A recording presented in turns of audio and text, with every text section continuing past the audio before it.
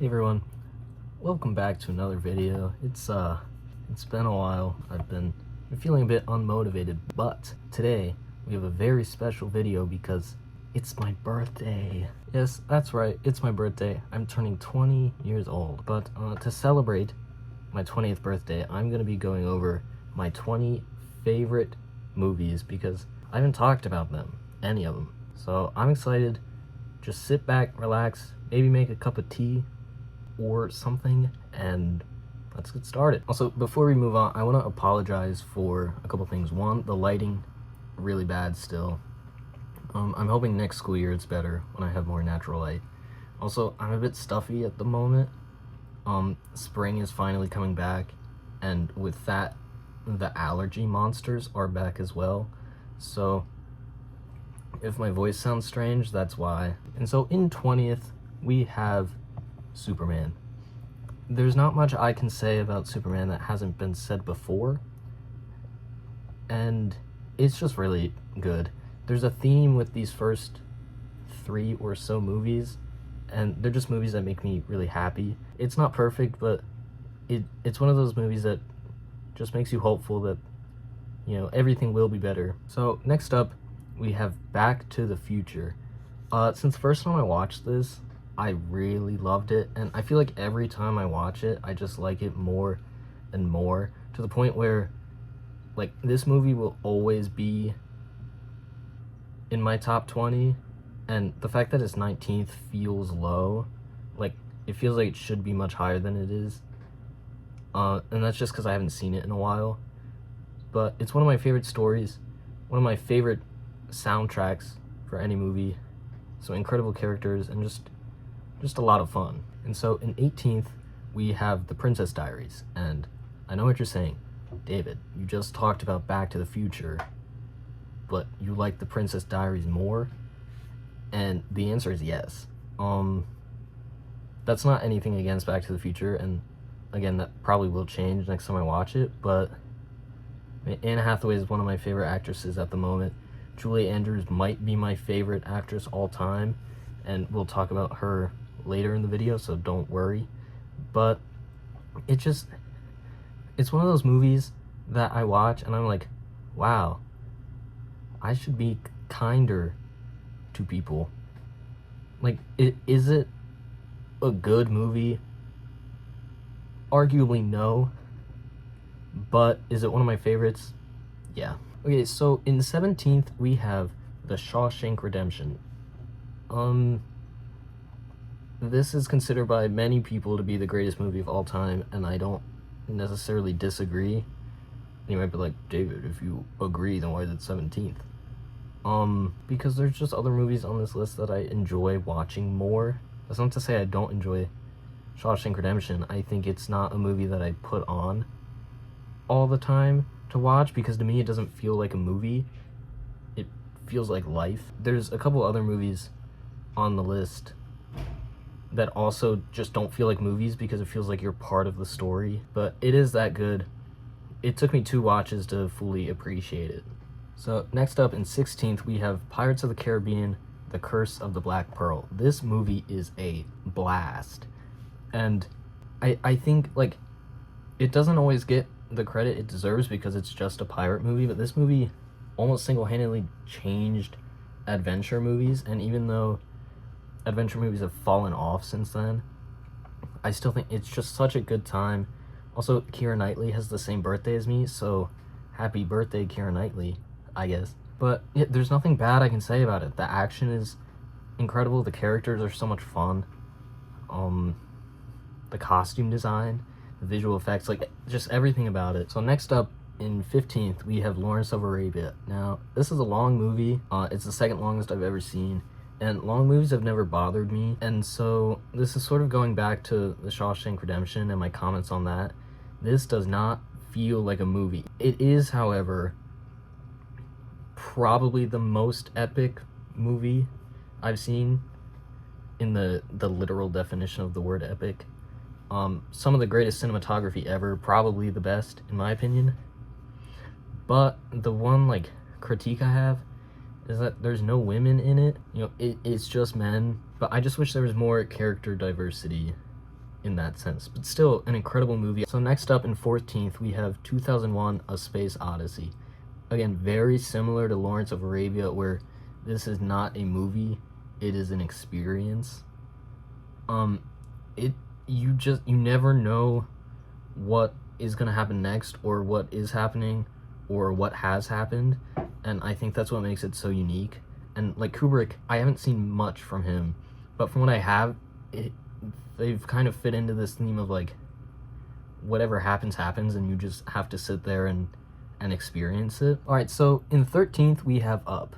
Now, a lot of people like the beginning of Up, and then they think the rest is just like fine. And while I do agree that the beginning is the best, and it's probably my favorite opening of any movie ever, I don't hate the rest of it. I think the rest is still very good, but everyone's so focused on the beginning that they kind of choose not to enjoy the rest of it.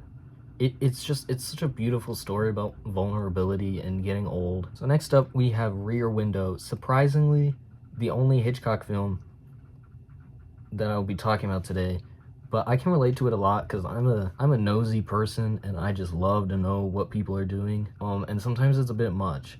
So I'm sorry if that's like affected you personally. But no, like Rear Window, the fact that you can do as much as Hitchcock did, basically with one room, and then viewing everything else from so far away, this like bridges the gap between like it's a movie and it's an experience, because there's times when you feel like you are actually in the room. It is a very, very just incredible movie. In 11th place, we have Guardians of the Galaxy Volume 3. Now, I know, right? I know that the MCU gets a lot of hate from a critical standpoint, but I think this is one of the outliers. It doesn't feel like a superhero movie because it's not just like action. Like, to be honest, there's not a whole lot of action in this. It's more emotion, which I tend to like more emotional movies. The first time I watched it in the theaters, a tear came out of my eye, right?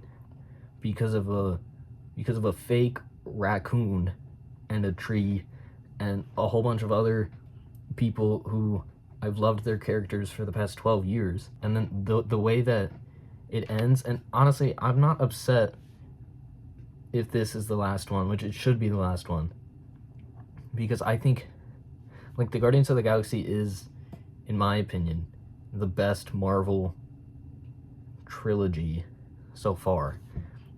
And to have it end in such a special way, it's perfect. And we finally cracked the top 10 with Train Dreams. So Netflix, in my opinion, does not make many good movies. Most of their movies are fine, if not bad. And I wish that they didn't spend all of last year marketing Frankenstein, because Train Dreams just doesn't get the love that it deserves. I mean, it's such a unique film.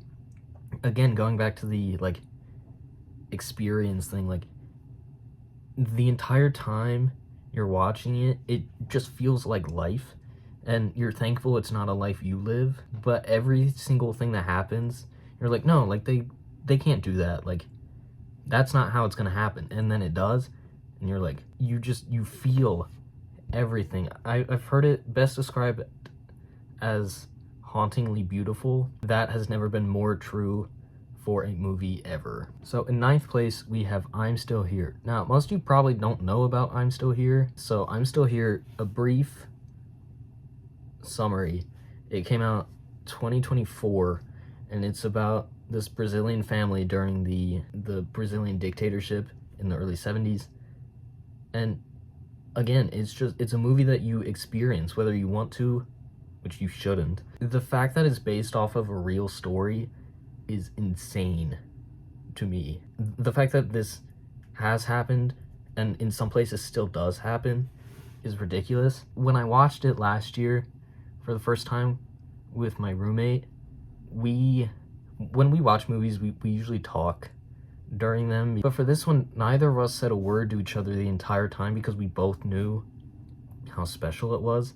And I think he likes this movie even more than I do, but it's not a movie that I ever want to watch again, because I just don't think I can. Right, so in 8th place, we have WALL-E. Ugh. my heart, the apple of my eye. WALL-E, WALL-E is so good, and as someone who, spends so much of my time thinking about the environment and will probably have a future career in some environmental field, this movie's such a big inspiration for me. Like, it's a beautiful love story that has almost no dialogue, but I think that makes it more beautiful. Actions speak louder than words. I don't like space.